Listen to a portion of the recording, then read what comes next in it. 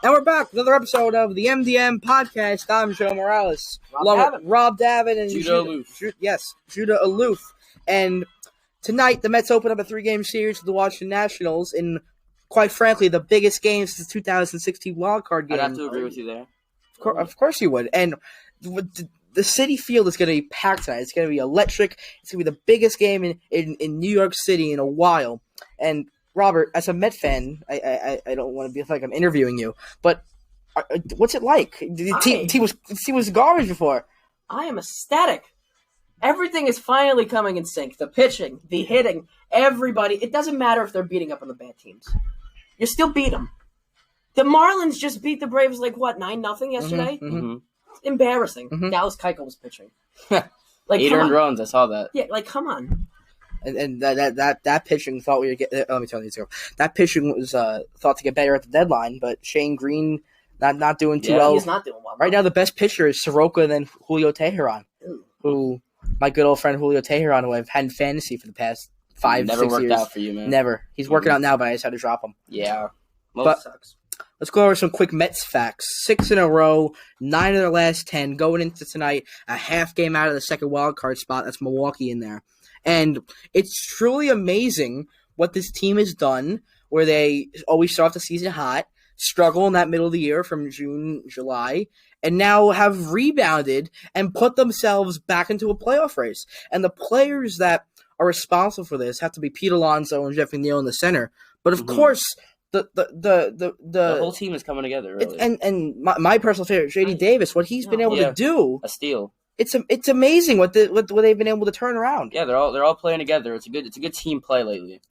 And of course, I like what they've done, bringing in Brad Brock and Joe Panic alike. But with Cano out, but one thing I pondered a little bit before I came on, I don't know if Robert you can agree with me here, with Echeverria being DFA'd. Now it took me some time to realize why they did it, but what were your initial thoughts on that? Nothing. Paid him $1 million, minor league contract. He played 99 games, I think, with the Mets this year. And Joe Panic's just a better player. Underrated addition, I'd say. He's hitting .235 this year. He's been in the playoffs where he's a .270 hitter. A veteran, yeah. Of course. And with Echeverria gone, really, he's done nothing in the past month or so. All he's really been is a defensive liability. Mm-hmm. Barely. Even that, but Rosario's playing him now. Exactly. Who actually has been a lot better at shortstop. That's sad to say. But with what took me time to understand was, first, Guillorme's hitting 300 in AAA before he came up. So that's promising.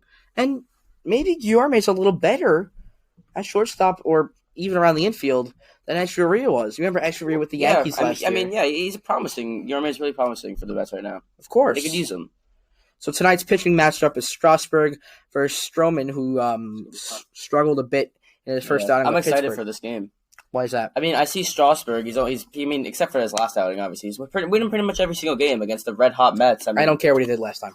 He's a consistent pitcher. He's been playing for years, and he's constantly helping the Nationals out. And I feel like this game could really be a benchmark for what's going to come. He got the pass for me that game. It was his first game, just traded. Mm-hmm. I gave him a break. Yeah. He didn't even do terrible. He did all right. He had 4 innings. I also blame the umpire. Guy didn't have a strike zone. It was the chest. That's all. It was horrible. But, I definitely gave him a pass. But is he better than Strasburg?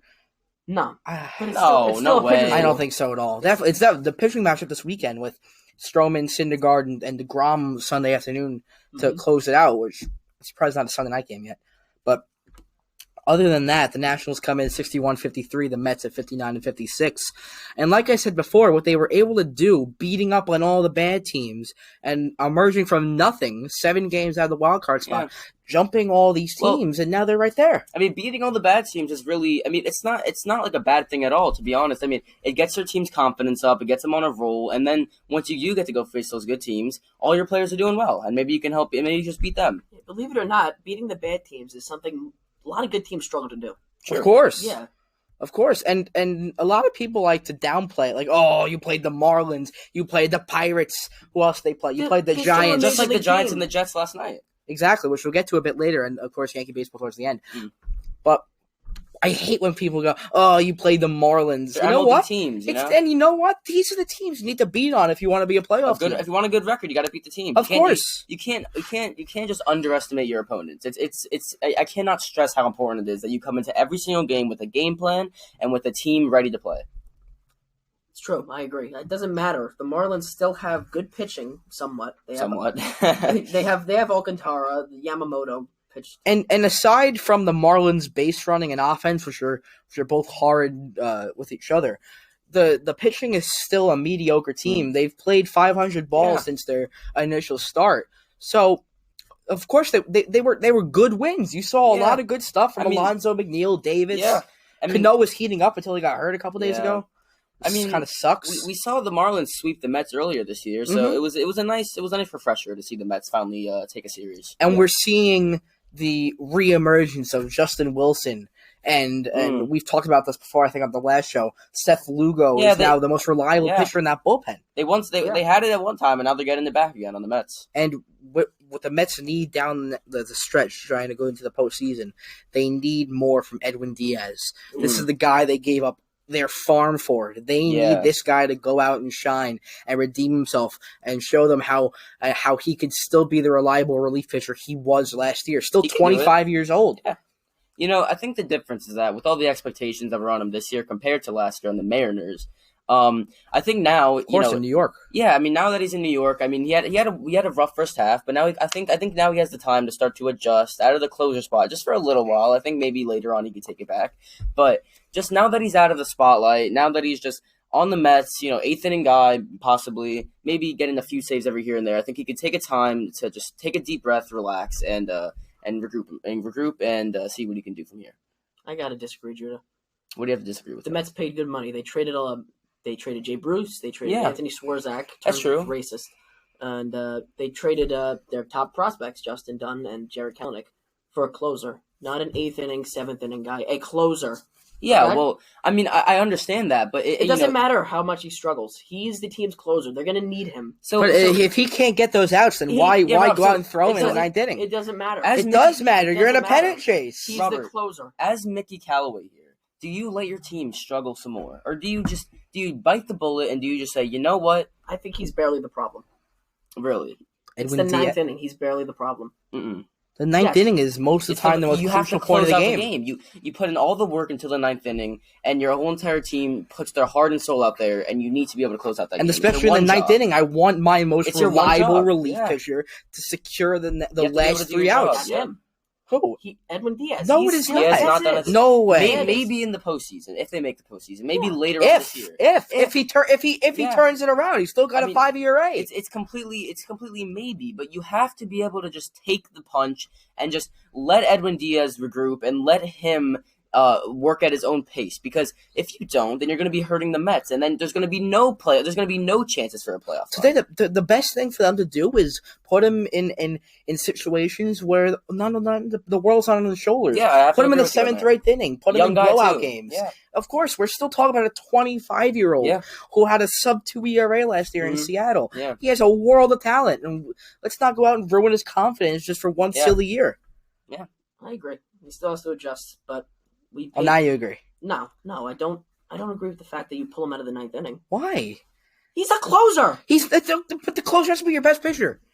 That's not true at all. Okay. You know what? Let's wait a few weeks. We'll come back to this topic. Chapman's not the best reliever on the Yankees. Listen. We'll come back to this topic later. Let's move on. The point of the closer role is to have the guy who is going to lock up the last 3 outs of the game. Yeah, which is most of the time not the high just because you paid a lot of money. I mean, what do you think? Do you think Alex Gordon's just the best outfielder on the Royals because now he's getting paid? Is he going to start in center field every day? Exactly. That's not the case. Just if he's performing bad, which he's not performing terrible. He's not playing good. But if he's performing terrible, then you take him out. It doesn't matter how much he's getting paid. And the Orioles with Chris Davis roll him out 82 times a year, which is not good. It's hurting the team. Of course not. But you're paying him for money. Record. Yeah.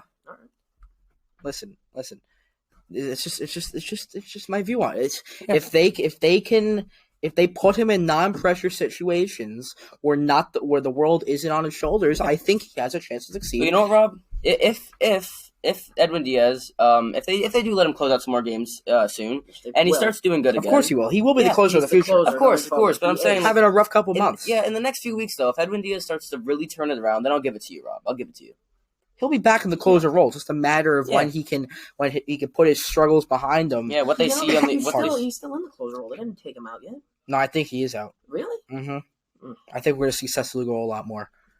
Bonehead manager. We're going to take our first break here on the MDM Podcast. When we get back, we'll do some Giant Chef football and a little later Yankee baseball. This is the MDM Podcast. Here we go again. Snow, ice, and freezing rain. Be ready with a new set of winter tires from Town Fair Tire. We stock Michelin, Goodyear, Bridgestone, Firestone, General, Uniroyal, Toyo, Yokohama, Continental, Pirelli. Every name brand at the guaranteed lowest price. Get to Town Fair Tire today and drive with confidence this winter. Because when it comes to saving your money on name brand snow and all-season tires, nobody beats Town Fair Tire. Nobody. Name brands at discount prices. Town Fair Tire. And we're back here on the MDM Podcast, second segment.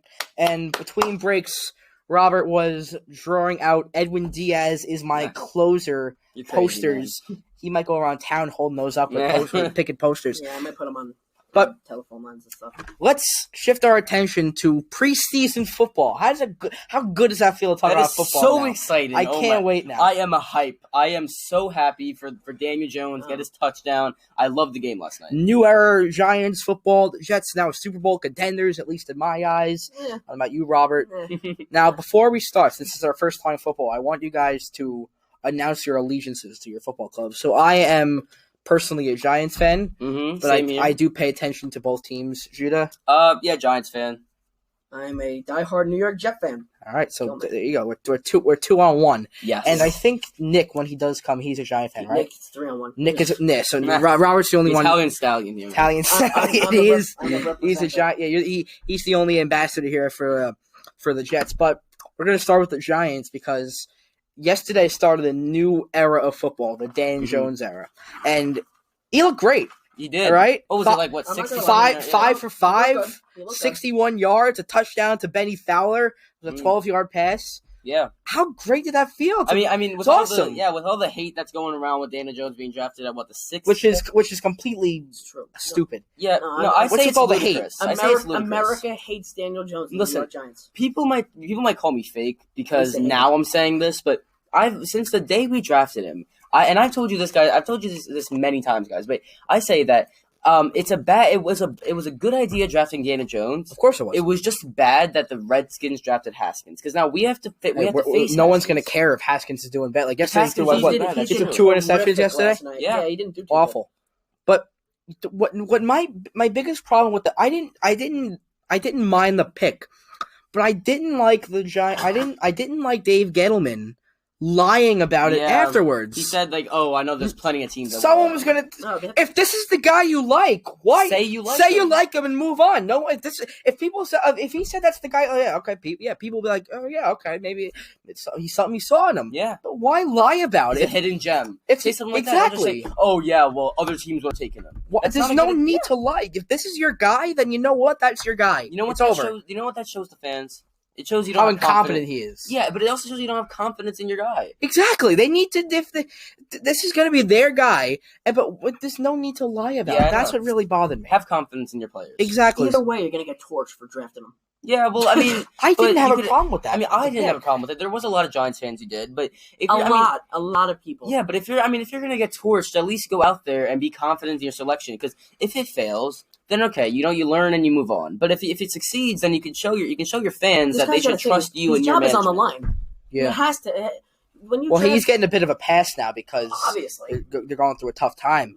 But we'll debate this either a little more today or towards the regular season. I still don't know why he's not starting week 1. Yeah. All right. Well, Eli's done so much for the Giants, and that's in the past. That was 10 years ago. He's horrible. He's washed. No, he's not good. Okay, so Eli's been really good for the Giants for a long time. But this is your guy. This is your future quarterback. Okay, so with the experience that Eli has to lead the team, I'm at least happy that he's going to get some playing time so he can lead the young guys. But I mean, we see him with Patrick Mahomes. He's had a whole season behind Alex Smith. And he turned out amazing. Now, My point is just that I feel like it's a good idea for Eli to lead the team. If we I agree too. If we really start to struggle, put Daniel Jones in just for the experience. So but they're going to struggle. Yeah, well, you see, but that's the thing. It's the Giants. I mean, I don't know what you really expect. I mean, if Eli does not lead our team to wins, then we're like 0-6. I mean, I really doubt we're going to be 0-6. Well, let's just say we are 0-6 and just put Daniel Jones in for some experience through the regular season. I'm gonna ask you, Judah, mainly because you're the Giants fan. I have my opinion on this. I'll get it in after. Okay. When is the right time to start Daniel Jones? I think the best time to start Daniel Jones is. I mean, when do the Giants have a bye week?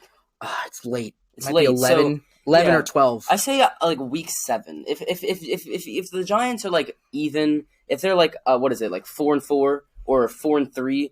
Then you might want to keep Eli in, but if they're below 500, which is not going to happen, by the way. Exactly. You see, there's a really good chance it doesn't happen. It's not going to happen. But if Saquon somehow surpasses the season he has last year, and Eli Manning starts to really pick it up, then you keep Eli in. But if he does, if the Giants are doing really bad as a team, then just put Daniel Jones in. I'm definitely for somewhere around the bye. I don't agree with after though, because with the late bye, right after the bye, I believe they going to Chicago to play at Soldier Field. I don't want my rookie quarterback starting in Chicago. Yeah. Okay? If he's going to start, I want him coming back to New York, and I want him start in front of the fans. In front of the fans against a lesser. They're brutal over there in Chicago. Exactly, and the team is pretty good. Yeah. Oh my god. Goes run out of town. We're getting to kickers. While we're on kickers, death threats, man. Oh my god. Kickers, man. Listen, I felt your pain watching this game, but this guy's got to go. It's the GM's fault. Listen, why would you sign him? Okay. How do you say his name? It's Chandler Cannizzaro. Cannizzaro, that's it. He is notorious for missing field goals. And they still brought him in. His whole career. They got him for cheap, obviously. He's not a good kicker. Last year, he had a decent year with Tampa Bay. But still, not a good year. Not a very good year. Yeah, it like nobody say that name 10 times fast. Chandler Cannizzaro. No. Yeah, I mean, it's just not. I mean, you have to pay money to get the best players, and I mean, kickers are tough though. I mean, you had a Pro Bowl kicker last year. Their Pro Bowl kicker. That was Jason Myers was a great kicker. Yeah. Now he's in Seattle again. I mean, they're really. I mean, for our boy Sebastian. Yeah. I think who was the Browns kicker that they drafted last year? I think it was Zane Gonzalez. All right, let's go with him. Yeah, I think it might have been Zane Gonzalez. But either way, he was. I think he got in the board for the best kicker in college, and in the year after that, I think they already released him. But for Chandler Cannizzaro, if I'm the Jets, this guy's out right now. Yeah. Okay, you missed 2 in the first week of preseason. Yeah. That's it for me. I'm bringing in 20 kickers this week. This morning they should have brought him in. He should have been cut already. I mean, I got an update. Their kicker just retired. No, are you kidding me? Cannizzaro? I thought you meant. Not the new guy. No, they had one. Phil Dawson. He's been playing the 21 punter. years. The punter. I don't know, but I thought you meant Cannizzaro. I'm like, good. Yeah. He needs to retire that guy. I mean, but you know what? I mean, these kickers are so inconsistent, but they come out of nowhere sometimes. I mean, Justin Tucker wasn't even drafted, and he turned out to be the one of the best 2 kickers in the league. And I'm gonna make an analogy here. You might have heard this with a certain person we like. Might have said this today. Compare kickers to relief pitchers. Mm-hmm. Okay, did you hear this today, Robert? You did. Okay, so I'm gonna say it from some. I'm not gonna say names. I'm stealing someone else's analogy. Okay. Look at a pitcher like Shane Green or Kirby Yates, or who's the guy that's in Atlanta now? Chris Martin. Okay. Chris Martin more specifically. He was a nothing the last couple years, and this year he's shining. You can do the same thing about kickers. Yeah. Kickers could be awful their entire career and have a good year. Yeah. And you know what, like, okay, and kickers are sort of, like, people, like, kind of just, like, overlook the kicker position. But it's just like how people overlook the bullpen position sometimes. Mm-hmm. I mean, you see the star of the team, the starting pitcher, the star of the team, the quarterback. But you need the support behind the quarterback and the kicker. It's an important role. Yeah, and people just don't understand that sometimes. And it's a hard role, too. You ever try kicking a field goal? Oh, no. It's awful. Oh, man, I could maybe kick it 5 yards. Listen, we all make fun of kickers, especially on, like, the college or high school teams. Yeah. It's awfully tough. Yeah. It doesn't matter. It's their job. So for him to miss 2 field goals in one game, he should already be out of town. Well, you know what? They did That's get a what I'm penalty. saying. They did get a penalty It's his on one job. of them, but they and then he missed the one right after it. He Yeah. missed right after the I penalty. don't care how hard it is. It's his job to kick it in the field. he made the one that they got a penalty on. But either way, he should be making those 99% of the time. Of course, and if you're gonna play on a team that's trying to contend Yeah. for a Super Bowl, I mean, they made some great defensive acquisitions this year. Mm-hmm. Quentin Williams, they got C.J. Mosley, they got all these guys, and they're really trying to make a run this year. And they're just and especially if you're gonna be a kicker for Sam Darnold, who will transition into, was perfect yesterday. Had a perfect pass rating, and I'm buying into this guy already. This guy was awesome, as we have highlights in the TV across the room. He was awesome yesterday, and I love this guy. He was awesome last year. Yeah. I expect nothing more from him. But you know, it's awesome. He's breaking out. It's awesome. It's honestly amazing to see all these young, promising players doing a great job, even in the preseason. Now, I was, Robert. He was watching a radio podcast, I think it was, and one of the guys said, just because it's the backups for the Jets, as I say, you still have the right to get excited. Of course, And I completely agree with that. I mean, it's your young kids. it's also the backup linebackers. Yeah, That's all I they mean, got. and backup defenses. yeah. That's all they got. I mean, listen, it's always good to still get excited whenever you have whenever you have like so much hopes for these players and they come through even in the preseason. And I was a bit. Do you want to say? I'm sorry. No. I was a bit disappointed with the Mother Nature yesterday. I wanted to see more of Daniel Jones. We were at Buffalo Wild Wings. We went out. We spent money on this. And I know. It was cut short. and nothing even ended up happening. We're gonna take our second break here on the MDM podcast. Joe Morales, Rob Davin, Judah Thanks, Loof. guys. And we're back here on the MDM podcast. Joe Morales, Rob Davin, Judah Loof. Yep. In for the Italian stallion, Nick Mascarella. And why aren't we excited about the Yankees? Why didn't we open with the Yankees? Because all they do is win. Yeah. Okay, we need to change it up. We're getting a little tired of winning, as we quote a presidential candidate. Getting tired of winning. Best record in baseball, winning percentage wise. Mm-hmm. Still have one less win than the Dodgers, but one less loss than the Dodgers. The only team in the league without 40 losses. Yeah. It's impressive. Impressive, yeah. I was gonna say. Who else is impressive, Judah? Gio Urshela. You had to do it. You had to do it. Yeah, Gio Urshela is Frazier. okay. Thank you, thank you, Mets fan. Listen, Gio Urshela is electrifying. Oh my god, he's the best corner on the Yankees infield, and I am so excited to see what he's going to do for the rest of the season. I mean, he's been destroying. He's been raking at the major league, and he's also creating questions for next year. Andujar. What are we doing with Andujar? Just trade him. I don't want to see Andujar. Stop I don't it. want to see Andujar. Stop I want to it. see Clint Frazier. Stop it. I want to see Clint Stop Frazier. it. You know that's stupid. Frazier No. and Andujar, Stop it. for Garrett No. Cole? No. Garrett Cole's a free agent. We're Yeah, signing that's Garrett right, Cole. That's right. I want to see Frazier in the DH, So you're signing and I want to Corbin. see Andujar traded away with Gio at third. So That's a do good you line. want Edwin gone next year? Because he has an option. I think he has a Edwin. team option. Edwin? Yeah, Edwin Encarnacion. Oh, Edwin Encarnacion. So I think he has a team option. He does. He actually does. So Yeah, they probably do pull. I mean, off. he'd be kinda looking at all dumb the to free leave, agents. wouldn't They're No, not. it's a team Oh, option. it's a team They decide. option. Mm. I don't see them bringing him back No, just why would they bring because him of back? Stand. everything they have. Yeah. Oh, stands for another day. I'll rip it to stand later. But who? I mean, really, who saw this coming though? I mean, No with all one. the injuries in the beginning of the Right. year, Stanton was injured. So we also saw Severino coming, but we didn't know he was going to be injured for this long. I mean, Judge has been hurt most of the yeah, year. Judge Hicks, Severino's the Yankees' Jed Lowry. Yeah, Well, Except we've heard of him. yeah, but Severino might actually do something. Yeah, he might actually contribute to the team, Robert. But I'm not so quick to trade Andujar yet. I am. Okay, honestly. what if this is I am. one lucky year for Gio Urshela, and Well, you're you could trading say away the a same few? for Yeah, but what if Andujar. it's one lucky and then But we didn't yeah. give him.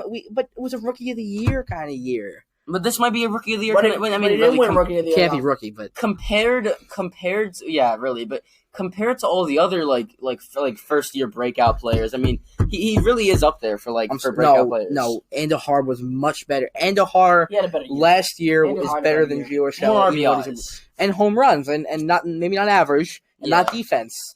That's what's going to kill him is the defense. I mean, we need him over there. I mean, third base is so important. It's vital, and we need him over there at third, except for Andujar. and I'd say open up the season with both on the roster. But you're running out of roster space. You're the backup catcher, Yeah, and then you have to have Talkman, Frazier, Gardner's Yeah, going to be I like gone, Clint Hicks, Frazier. Judge, Stanton. Yeah. You're running out of room for these guys. I like Clint Frazier more than I like Andujar. They're both bat heavy, not very good in the field, but I think I'm liking Frazier in the lineup more than Andujar. You see, I'm the other way around. Yeah. I think that Andahar is much better with the media and much better in He's the really clubhouse than cocky. Frazier. I mean, he's very cocky. Who? And Duhar. He's Yeah. egotistical.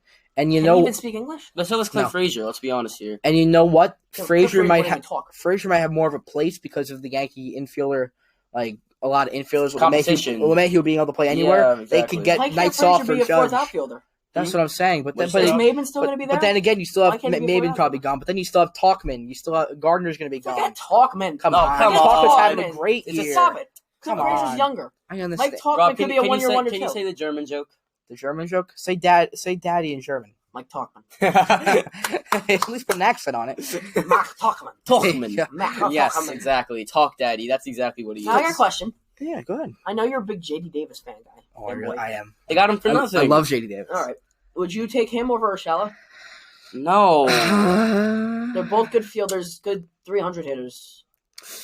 No. That's a tough one. Urshela's got more power. They're almost the same exact person. That's crazy because Urshela's not even a power hitter. Urshela is more of a defensive guy. I don't know exactly how Davis does at defense. I mean, they moved to the outfield, so I guess he can't be Yeah. that bad. He's versatile. I don't Urshela know. can- I think it's good we have our own respective Urshela guys that can kind play of broke out. Urshela can play first base and left field. We've seen him do both this Davis season. can play left or right True. and first. It's they're two good players. They're almost the same person. Davis is a little bigger, but they're almost the same exact person. Fair enough. And they both got him for basically nothing, and they both developed him. Luis Severino threw a bullpen in Toronto. That was on my fantasy updates. Thank God I can get some value out of him. I drafted him, third round? Ugh, Jesus. Dylan That's Betances not even far more. behind him. that's good. That's gonna be a big one when he's on. He's awesome. Yeah. He's an Slurve. awesome He's the addition. Slurve guy, right? Awesome Slurve slurve. guy. Great slurve. Never seen anything like that. MLB The Show freak. Like Frisbee, wow, like Romo. Yeah, but I'm Oh, excited that to see Sergio him. Romo card's awesome. I mean, sometimes he could really sometimes he can let the pressure get the best of him. I don't know if you guys remember, but if a while ago he made an error, threw it over his head 5 feet away. But stuff like that, it's little things that can really get the best of Dylan Betances. But I think we could. When Really when he's on, he's when one he's of the on, he's best on. relief He can't pitchers do in the anything. game. He throws 100 sometimes. He throws a nasty slurve. I mean, he has all the stuff you want in the bullpen arm. Oh yeah. And before we wrap up, we can't miss Mike Talkman. Oh my God, Who talk is- about it, bro. Oh my, It's Amazing. slowly emerging as one of my favorite players, just because Of all time. left-handed bat. I I know. love that, Oh, and he has the ability to go opposite field. he stays in against lefties, as I said last time, I think he has like a 350 average against lefties. and he's a really fun player. He's awesome. He's a really fun, energetic player. Mm-hmm. He's actually boring during interviews. I heard him talk on radio. He's a really boring guy. What So- you gonna do about it? So you guys have any last minute remarks you want to make? Let's go Mets. Mets big game tonight. Yeah. Oh yeah, I'm really excited for that game. I'm gonna watch the whole thing. I usually don't watch whole baseball games, so I'll be very excited for this one. Exactly. And Yankees the best team in baseball. Please don't forget that. And we're off. I'm Joe Morales. Find me on Twitter at Joe Morales _. Judo Aloof. That's Juicy March the- 10-12. Yep, Juicy the rapper right here. That's me and Robert Twitter. Shoot on YouTube. Right? Yeah, of course, Yeah? of course, of course. All right, subscribe to on YouTube, right? Yes. Of course. This is the MDM Podcast on YouTube and wherever you listen to the podcast. We'll be back in a couple days with more sports news.